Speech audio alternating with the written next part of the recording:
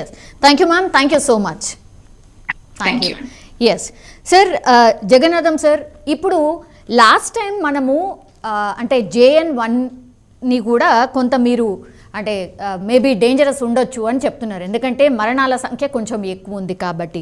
Sir, delta variant and JN1 variant ఏమైనా దగ్గర ఉన్నాయా? మీ ఎక్స్పీరియన్స్ ఏం చెప్తుంది సార్? లేదు, డెల్టా వేరియంట్ చాలా ప్రమాదకరమైనటువంటి వేరియంట్.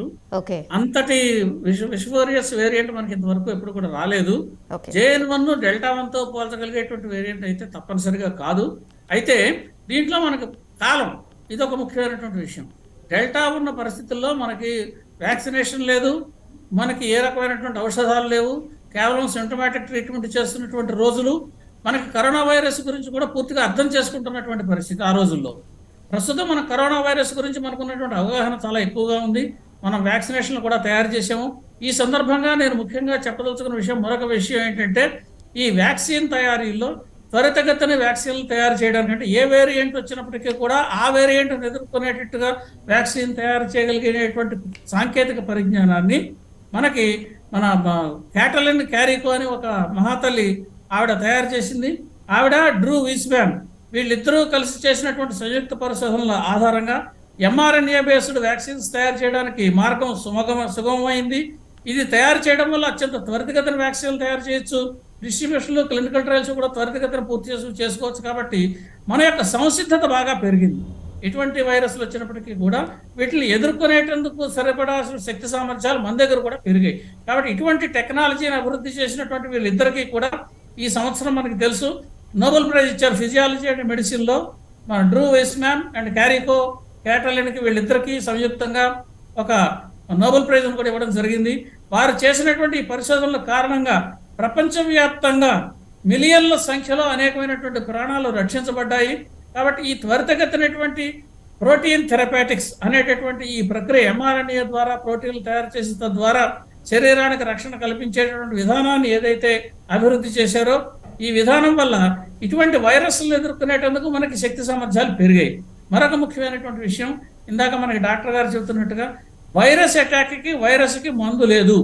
వైరస్ దానంతరకు అదే క్షీణించి నశించి దానంతరకు అది సిమ్టమ్స్ తగ్గుతాయి, ఇది దాని లక్షణం. అయితే మనకి వైరస్ అటాక్ చేసినప్పుడు సెకండరీ ఇన్ఫెక్షన్స్ వస్తాయి. ఈ సెకండరీ ఇన్ఫెక్షన్స్ వచ్చినప్పుడు మాత్రము బ్యాక్టీరియాలు యాంటీబ్యాక్టీరియల్ ఇన్ఫెక్షన్స్ యాంటీబయాటిక్స్ ఇస్తారు. ఈ యాంటీబయాటిక్స్ని కూడా విచక్షణారహితంగా వాడితే మనకి కొత్త యాంటీబయాటిక్స్ ప్రస్తుతం లేవు. ఉన్న యాంటీబయాటిక్స్ కూడా బ్యాక్టీరియా మొండిజాతి బ్యాక్టీరియాగా తయారయ్యాయి. కాబట్టి ప్రజలకి చాలా అప్రమత్తంగా ఉండాల్సిన పరిస్థితి ఏంటంటే, అక్రాస్ ది టేబుల్ యాంటీబయాటిక్స్ కొని వేసుకోకండి.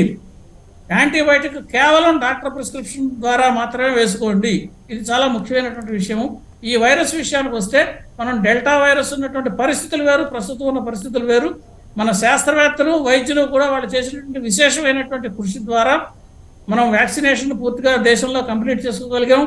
Thanks to our PM Modi ప్రజలందరికీ కూడా ఉచితంగా వ్యాక్సినేషన్ ప్రక్రియ ఇచ్చి ఇమ్యూనిటీ రావడానికి, అది కాకుండా దీనివల్ల హెర్డ్ ఇమ్యూనిటీ రావడం వల్ల, ఇలా అనేక కారణాల వల్ల మన దేశంలో ఉన్న ప్రజలకి ఈ ఇమ్యూనిటీ జనరల్గా పెరిగిన కారణం ఉంది.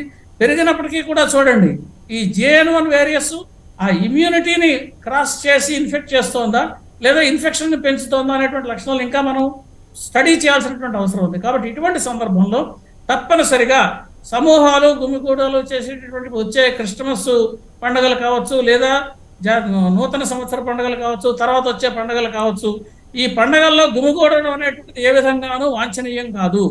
సాధ్యమైనంత వరకు ప్రభుత్వం కూడా అవసరమైతే సరైన సూచనలు సలహాలు పంపించి ఈ గుమిగూడడాన్ని తగ్గిస్తే, ముఖ్యంగా శీతాకాలం వాతావరణ పరిస్థితులు చాలా అనుకూలంగా ఉన్నాయి వైరస్ మన శరీరంలో పెరగడానికి, అది వృద్ధి చెందడానికి. కాబట్టి ఈ నెల 15 రోజులు రాబోయే కాలంలో మనం ఎంత జాగ్రత్తగా ఉంటే అంత మంచిది. మరొక విషయం ఏమిటంటే, ఇది ఇప్పటికే కేసులు రోజు 325 కేసులు చొప్పున పెరుగుతున్నట్టుగా మనకి రమారమిగా ఎగ్జాక్ట్లీ సార్, ఎగ్జాక్ట్లీ. ఈ JN1 స్ప్రెడ్ చాలా ఎక్కువగా ఉందా సార్? ఎక్కువగానే ఉంది, కానీ ఎంత ఎక్కువగా ఉంది అని చెప్పాలంటే మునుపడినట్టుగా ఒకళ్ళు ఎంతమందిని ఇన్ఫెక్ట్ చేయగలరు అని తెలిసే గణాంకం ఇంకా మనకు పూర్తిగా రాలేదు. ఆ లెక్క రావాలంటే మరికొంత 1-2-3 రోజులు ఆగితే కానీ ఆ లెక్క తెలవదు. ఇంత మునుపు అయితే ఓమిక్రాన్ వచ్చినప్పుడు ఒకళ్ళు వస్తే 20 మందిని ఇన్ఫెక్ట్ చేస్తోంది, 15 మందిని ఇన్ఫెక్ట్ చేస్తోంది అని మనం చేయగలిగేటువంటి అవకాశం వచ్చింది. ఇప్పుడు మనకు ముఖ్యమైన కారణం ఏంటంటే, PCR టెస్ట్ కూడా మనం అంత ఎక్కువగా చేయట్లేదు కదా ప్రస్తుతం ఉన్న పరిస్థితుల్లోనూ. కాబట్టి మనకి ఎవరికి సోకింది ఎవరికి సోకలేదు అని తెలియదు. కాబట్టి సోకిన వాళ్ళు, ఇన్ఫెక్ట్ అయిన వాళ్ళు, సఫర్ అవుతున్న వాళ్ళు డాక్టర్ల దగ్గరికి వెడితే అప్పుడు తెలుస్తుంది. కాబట్టి ఈ డాక్టర్ల దగ్గరికి వెళ్లే లోగానే సాధ్యమైనంత వరకు ఇది సోకకుండా చూసుకోవడం, ఒకవేళ చూస్తే వెంటనే PCR టెస్ట్ చేసుకుని వైరస్ అయితే తప్పనిసరిగా దాన్ని ఇన్సాకాగ్ వాళ్ళకి పంపించి జీనోమ్ సీక్వెన్సింగ్ చేయించడం, ఇది JN1 అవునా కాదా కూడా నిర్ధారణ చేసుకోవడం చాలా ముఖ్యమైనటువంటి విషయం. ఇప్పుడు దీని స్ప్రెడ్ కూడా మనకు త్వరలో తెలుస్తుంది. స్ప్రెడ్ అయితే తప్పనిసరిగా ఉంది అన్న విషయం తెలుస్తుంది. కారణం ఏంటంటే అమెరికాలో ఉంది ఇది, అలాగే చైనాలో ఉంది, సింగపూర్కి పాకింది, ప్రపంచంలో రమారమిగా 30 దేశాలకు పైబడి ఈ JN1 సోకింది. అంటే దాని అర్థం ఏమిటి? ఇది స్ప్రెడ్ కూడా బాగానే ఉంది. ఎటొచ్చి దీని స్ప్రెడ్ రేట్ ఎంత ఉంది అన్నది క్యాలిక్యులేట్ చేయడానికి కొంచెం సమయం పట్టొచ్చు. కాబట్టి స్ప్రెడ్ రేట్ పెరిగిందంటే కొన్ని మరణాల రేటు ఉన్నాయి. కాబట్టి మనకు తెలియజేస్తున్నది ఏంటంటే ఇమ్యూనిటీ తక్కువగా ఉన్న వాళ్ళలోను, అంటే వయసు ఎక్కువగా ఉన్న వాళ్ళలో కావచ్చు, ఇమ్యూనిటీ తక్కువగా ఉన్న వాళ్ళలో కావచ్చు, ఇది మరింత ప్రమాదాన్ని తీసుకొచ్చి మరణాలకు తీసుకెళ్లే అవకాశం ఉంది. కాబట్టి అటువంటి పరిస్థితిని మనం అవాయిడ్ చేయాలి. కాబట్టి జాగ్రత్తలు తీసుకోవడం అనేది చాలా ముఖ్యమైనటువంటి విషయంగా స్పష్టంగా తెలియజేస్తుంది. సార్, ఇన్ జనరల్లీ సార్ ఇట్లాంటివి వచ్చినప్పుడు, అంటే కోవిడ్ స్ప్రెడ్ లాంటి వార్తలు వచ్చినప్పుడల్లా కేంద్ర సర్కార్ ఎప్పుడు అప్రమత్తం చేస్తుంది సార్? ఎంత సీరియస్నెస్ ఉన్నప్పుడు అప్రమత్తం చేస్తుంది ఇన్ జనరల్లీ? ప్రస్తుతం అయితే ఈ వేరియంట్ విషయం వచ్చేటప్పటికి వరల్డ్ హెల్త్ ఆర్గనైజేషన్ కూడా దీన్ని వేరియంట్ ఆఫ్ ఇంట్రెస్ట్గా ఇప్పటికే గుర్తించడం జరిగిందండి. దీనికి రెండు అంచెలు ఉన్నాయి. ఒకటి, మొట్టమొదట దీనికి ఉన్నటువంటి లక్షణాలను బట్టి, అంటే ఇది స్ప్రెడ్ అయ్యే లక్షణాలు బట్టి, ఇన్ఫెక్ట్ చేసేటటువంటి లక్షణాల ఆధారంగా ఆ వేరియంట్ మీద మనం ఫర్దర్గా ఎక్కువ ఫోకస్ చేయాల్సిన అవసరం ఉందా లేదా అనేటువంటి విషయం WHO వాళ్ళు కూడా గ్రహిస్తారు.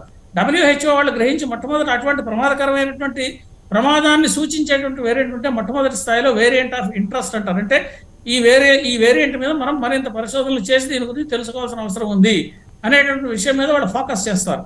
వేరియంట్ ఆఫ్ ఇంట్రెస్ట్ ఎప్పుడైతే ఇన్ఫెక్టివిటీ స్ప్రెడ్ పెరుగుతుందన్న లక్షణాలు నేను ఇందాక చెప్పాను కదా, పూర్తిగా మనకి తెలియలేదండి. ఆ డేటా కూడా వచ్చిన తర్వాత ఇది ఎక్కువ మందిని ఎక్కువగా ఇన్ఫెక్ట్ చేస్తుంది, ఈ రెండు లక్షణాలు కనుక తెలిస్తే వేరియంట్ ఆఫ్ కన్సర్న్ అని దీన్ని బ్రాండ్ వేస్తారు. వేరియంట్ ఆఫ్ కన్సర్న్ అంటే దీని గురించి మనం తప్పనిసరిగా అప్రమత్తంగా ఉండాలని. ఈ వేరియంట్ ఆఫ్ ఇంట్రెస్ట్ని ఎప్పుడైతే గుర్తించామో వెంటనే కేంద్ర ప్రభుత్వం కావచ్చు, ICMR కావచ్చు, లేదా ఇతరత్ర మన సంస్థలు ఏవైతే ఉన్నాయో వాళ్ళు ప్రజలకు వెంటనే హెచ్చరికలు జారీ చేస్తున్నారు. అంటే ఈ స్ప్రెడ్ కాకుండాను ఈ ప్రమాదాన్ని నుంచి రక్షించడం కోసం అని చెప్పి ఎప్పటికప్పుడు సర్వేలెన్స్, మన కేంద్ర ప్రభుత్వం పూర్తి సర్వేలెన్స్ ఉండించిందని దీని మీద. ఈ ఇన్సాకాగ్ కన్సార్షియం కూడా అటువంటిదే. ఇన్సాకాగ్ కన్సార్షియం మనకి ఏం చేస్తుందంటే కొత్త వేరియంట్ ఏమొచ్చినప్పటికీ కూడా దాన్ని గుర్తించడానికి కంప్లీట్ జీనోమ్ సీక్వెన్స్ చేసి ఏ ప్రాంతాల్లో వచ్చింది, ఎక్కడికి స్ప్రెడ్ అవుతుంది అనే విషయాన్ని కూడా ఎప్పటికప్పుడు వాళ్ళు గ్రహిస్తూ ఉంటారు. గ్రహించి దీని లక్షణాల ఆధారంగా ఇటువంటి హెచ్చరికలు జారీ చేస్తూ ఉంటారు. సో కేంద్ర ప్రభుత్వం హెచ్చరికలు జారీ చేసింది అంటే మెల్లిగా అప్రమత్త స్థితిలోకి వెడుతున్నాం అని అర్థం. కాబట్టి తగిన జాగ్రత్తలు అందరూ తీసుకోవడం, వ్యక్తిగత స్థాయిలోను, సామాజిక స్థాయిలోను, ప్రభుత్వ స్థాయిలోనూ కూడా దీనికి సంబంధించినటువంటి జాగ్రత్తలు తీసుకోవడం అవసరం అనేటువంటిది స్పష్టంగా తెలుస్తోంది. ఎస్ సార్, మీరు లైవ్లో